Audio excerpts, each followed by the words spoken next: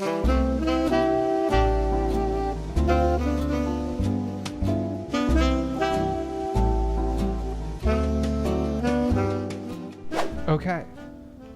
Man, what color would you even call this?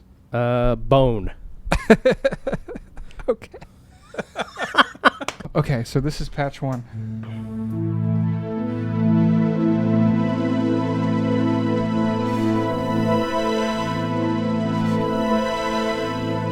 Did you know that was more than just a push down thing? Oh yeah, it's also an XY. It's X, Y, and Z. And on top of that, you still have a pitch and mod wheel above that. And on top of that, you have a ribbon controller.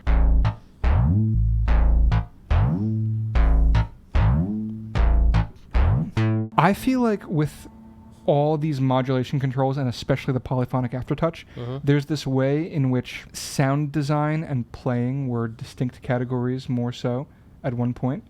And it sort of merges the sound design into the playing. Yeah. You know what I mean? Yeah.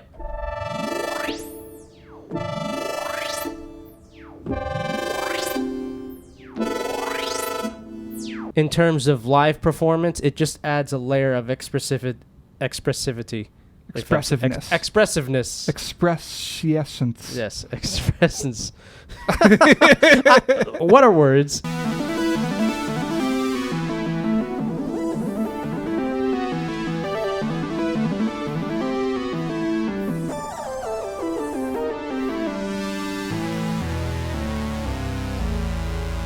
Oh, here. P5. Take a wild guess what that might be.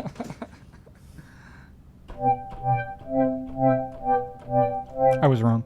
I thought it was going to be like a huge sawtooth pad. Like a glitchy stutter.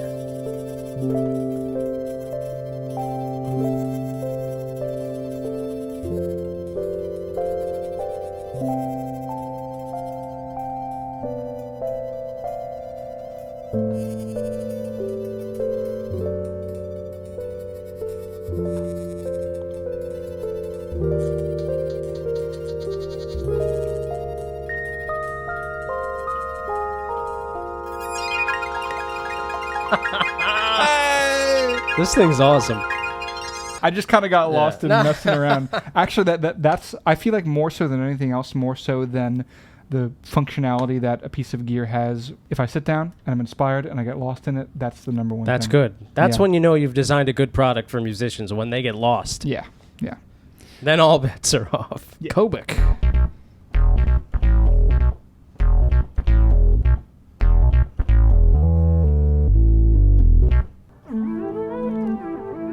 Soft Skin. Very interesting sound name. Oh, did you see what happened just there? Do other ribbon controllers do that? I honestly don't know. Probably, maybe. I like that. So I hit a thing. I did the modulation that the ribbon controller was routed to, which in this case is a pitch thing. And rather than it snapping back to its original value, it's like it glides down. It's like a glissando kind of. I bet you can set that somewhere. Yeah, I bet you can.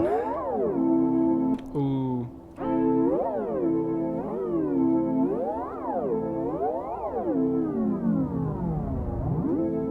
Don't forget, we also have built-in effects on this machine. Oh, delay and reverb. Always great to have. Can't go wrong.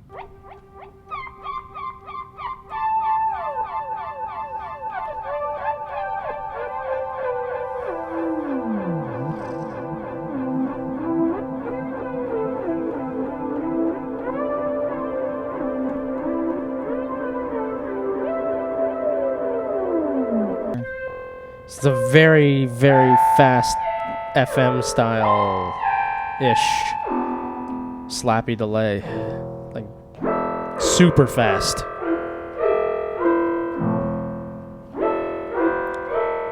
It's like echoey FM. This is like that analog Clav-style.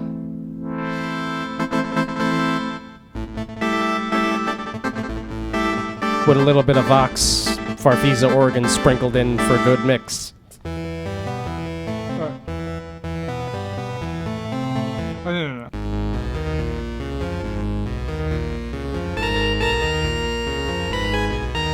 He gets the assignment.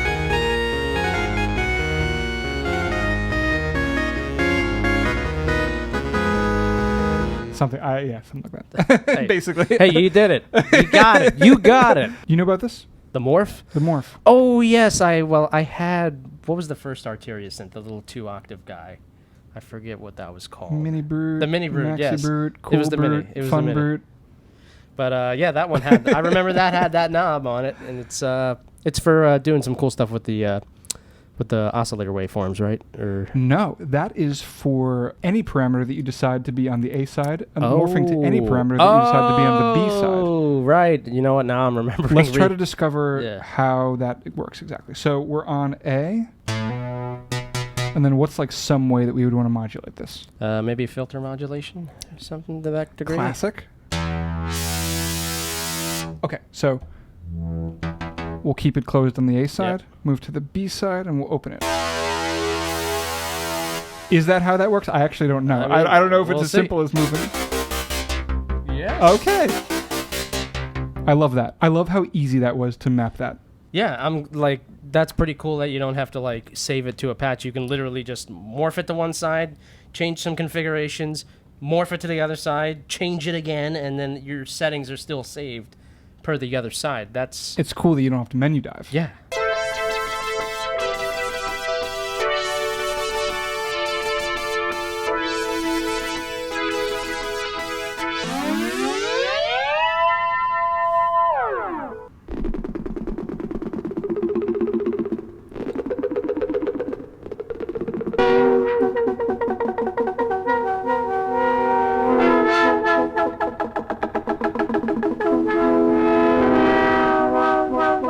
This is just like fever dream territory.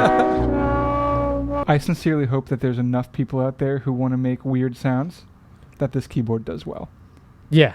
Yeah. Poly AT Kingdom. Poly Aftertouch Kingdom.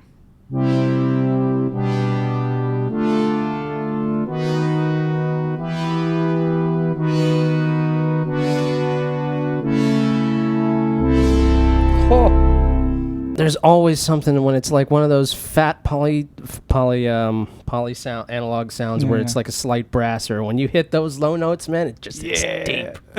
It just shakes you in the gut. It's like, I feel like that, like, there's a certain harshness that I associate with other of the Arturia analog synths. Yeah, they can be a little grindy. Yeah, this has a certain, and I mean, like, I love that, like with the brute knobs and such. Oh yeah. But this has a certain like softness to it that I'm glad to hear. And I gotta say, it's like stock presets on a keyboard can be hit or miss. So far, we're getting hits because these are all sounding amazing. Hell yeah. FM Junkie. Mono. Oh, monophonic. Monophonic patch. The things you can only do with mono. Love it. Yeah. Let's.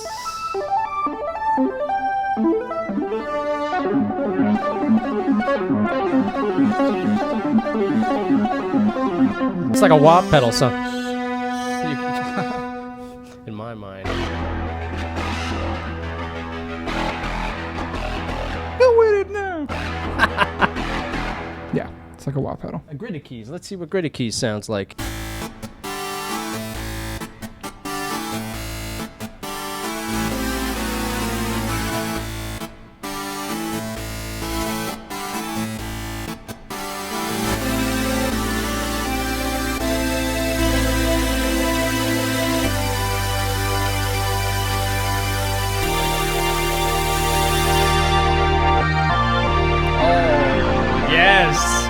Yes! Stepped chord intervals on the ribbon. Epic pitch bend solo. Oh boy, take it away. Okay. That is really weird. That's not how I'm used to bending my notes.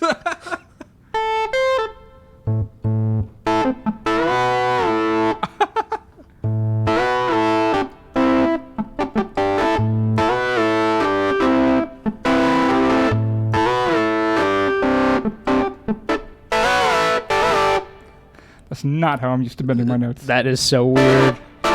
I feel like as you get into all these different modulation sources, I have to imagine that being a sound designer is way harder, because a patch isn't just a patch. Every sound that you design the ribbon has to do something, the morphe has to do something, the mod wheel has to do something. It's like an onion, Sam. It has layers. Yes. It has layers.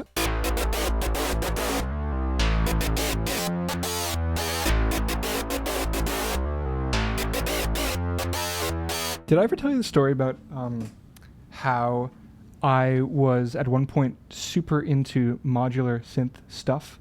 Oh, yes. Yeah, I told you this? I think you did. We had a conversation about this a while ago. I'll just say it again. I was debating between getting either a make noise shared system or a Buchla music easel. Mm-hmm. I was obsessed with the bleeps and bloops. Yep. But the price tag was insane, and it was between that and getting a van. Man, life priorities. Am I right? I got the van. Obviously. And the compromise was that I got the Matrix Brute. Because, so I went semi-modular instead. We haven't got an organ yet. Cheesy organ. I feel like I already know what that's going to sound hit like. it. Right. Hit it. All right, let's give it to him. Let's just do the thing. Yeah, I was right. It's pretty dang good.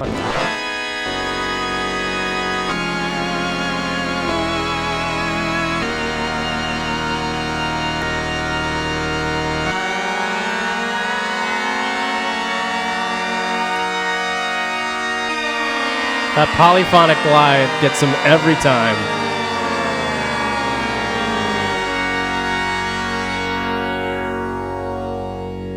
I didn't know it had that. All right, so we've just spent some time with this.